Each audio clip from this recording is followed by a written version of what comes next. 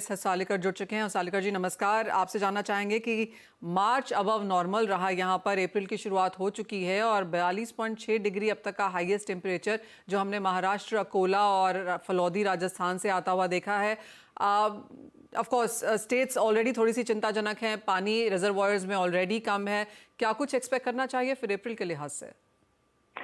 जो पूर्वानुमान मौसम विभाग ने दिया है, जिसमें हमने अप्रैल, मई और जून किस तरह रहेगा, अधिकतम तापमान और न्यूनतम तापमान की जानकारी, उसके साथ में अप्रैल में किस तरह का मिनिमम और मैक्सिमम टेम्परेचर रहेगा और बरसात की क्या संभावना है अप्रैल में, इसके बारे में भी कल हमने प्रेस कॉन्फ्रेंस बुलाकर और सभी स्टेक होल्डर्स को बुलाकर इसके बारे में पूरी जानकारी दी। जब देखा जा रहा है तो अप्रैल महीने की अगर हम बात करें तो पूरे देश में, तकरीबन पूरे देश में जो है, जो मिनिमम टेम्परेचर और मैक्सिमम टेम्परेचर दोनों जो है नॉर्मल के ऊपर रहने की संभावना बहुत ज्यादा है। और खास करके इसका असर जो है ये पावर सेक्टर पे हो सकता है, एग्रीकल्चर सेक्टर पे हो सकता है, वाटर सेक्टर पे हो सकता है और साथ ही साथ हेल्थ जो है उसके संभावित भी हमें बहुत कुछ जानकारी इसमें मिल सकती है, क्या उसके लिए प्रिकॉशंस लेने हैं। और जो अप्रैल, मई, जून की हम अगर बात करते हैं तो पूरे देश में जो है कुछ हिस्से को अगर छोड़ेंगे, जैसे पूर्वी भारत और नॉर्थ ईस्ट भारत के अगर कुछ पॉकेट्स अगर हम छोड़ते हैं तो तकरीबन पूरे देश में जो है जो अधिकतम तापमान है वो एवरेज से ऊपर रहने की संभावना बहुत ज्यादा है। जैसे आपने कहा कि मिनिमम और मैक्सिमम टेम्परेचर्स दोनों ही यहाँ पर अप्रैल के महीने में बढ़ सकते हैं, तो हम कितने डिग्री सेल्सियस की यहाँ पर बात कर रहे हैं? क्योंकि जो एक लास्ट रिपोर्ट मैंने मिस्टर सालेकर पढ़ी थी उसमें माना जा रहा था कि कई कई स्टेट्स में जो मार्च की हालत थी 2 से 5 से 7 डिग्रीज भी टेम्परेचर कहीं कहीं ज्यादा था, जो नॉर्मल से काफी ऊपर है। बिल्कुल आपने सही कहा। जब मार्च जो महीना रहता है वो विंटर टू समर वाला एक ट्रांजिशन मंथ रहता है, तो उसके कारण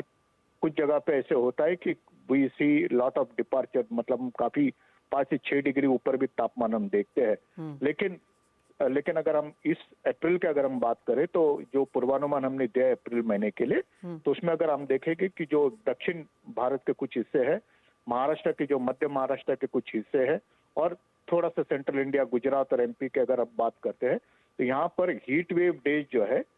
वो जो है उसकी नॉर्मली जो है वो औसत से ज्यादा 4 या 5 दिन ज्यादा हमें दिख रहा है। इसका मतलब ये सब इलाके वो है जो मध्य भारत, दक्षिण भारत और गुजरात के कुछ हिस्सों में तापमान जो है औसत से ज्यादा, जब हम हीट वेव की बात करते हैं तो नॉर्मल से 4 या 5 डिग्री, 4.5 डिग्री के ऊपर की हम बात करते हैं, तो इस तरह का तापमान देखने को मिल सकता है अप्रैल महीने में। लेकिन इसके साथ में हमने ये भी कहा है कि कुछ जगह पे बरसात भी हो सकती है अप्रैल महीने में, जैसे नॉर्थ वेस्ट ऑफ राजस्थान में हमने कहा है, नॉर्थ वेस्ट ऑफ इंडिया में हमने कहा है और कुछ मध्य भारत में भी हमने कहा है कि कुछ जगह पे बरसात की संभावना भी बनी है अप्रैल महीने के लिए। सो मिस्टर सालेकर, ये तो ऑफ कोर्स अप्रैल के लिए है, मई का महीना अभी बाकी है एंड मैं आपको पुश नहीं करूंगी क्योंकि आईएमडी अपनी जो नॉर्मल फर्स्ट ऑफिशियल फोरकास्ट है वो मिड अप्रैल में कभी लेकर आएंगे, तो उसका 10-12 दिन का हम इंतजार यहाँ पर करेंगे। लेकिन जैसी हालत अप्रैल में है और आपने कहा कि शायद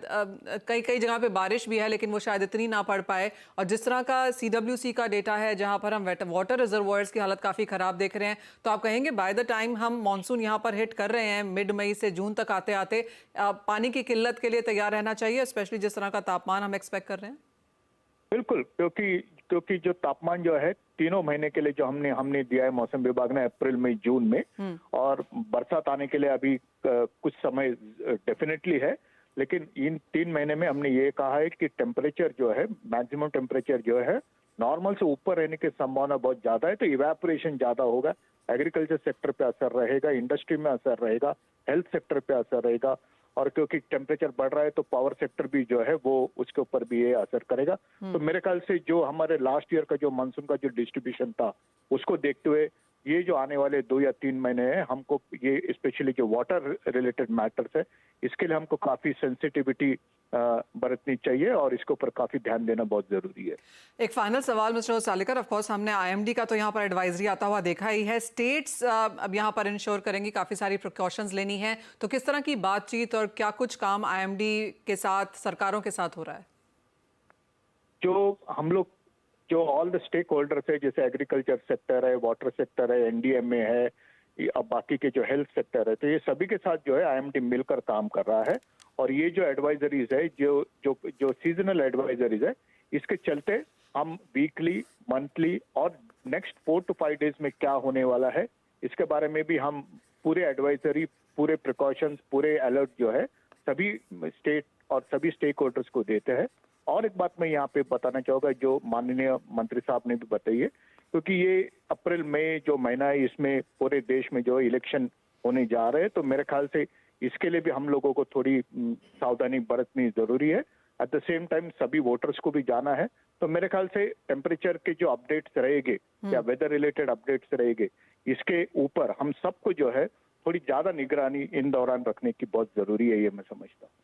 एब्सोल्युटली मिस्टर सालेकर, बहुत शुक्रिया साथ जुड़ने के लिए और बहुत डिटेल से हमारे दर्शकों के वो समझाने के लिए भी कि टेम्परेचर्स यहाँ पर बढ़ेंगे, इवेपोरेशन भी बढ़ेगा, तो पानी की किल्लत, पावर की किल्लत, एग्रीकल्चर में कंसर्न्स और इंडस्ट्री में कंसर्न्स, तो ये सब चीज़ों के लिए अगले 2-3 महीने के लिए यहाँ पर तैयार रहना होगा। और जैसे कहा गया कि मिड अप्रैल में यहाँ पर ऑफिशियल स्टेटमेंट आएगी मॉनसून्स को लेकर भी, तो उसके ऊपर भी बाजार की नज़र रहेगी, वो एक हेल्पिंग सिचुएशन रह सकती है।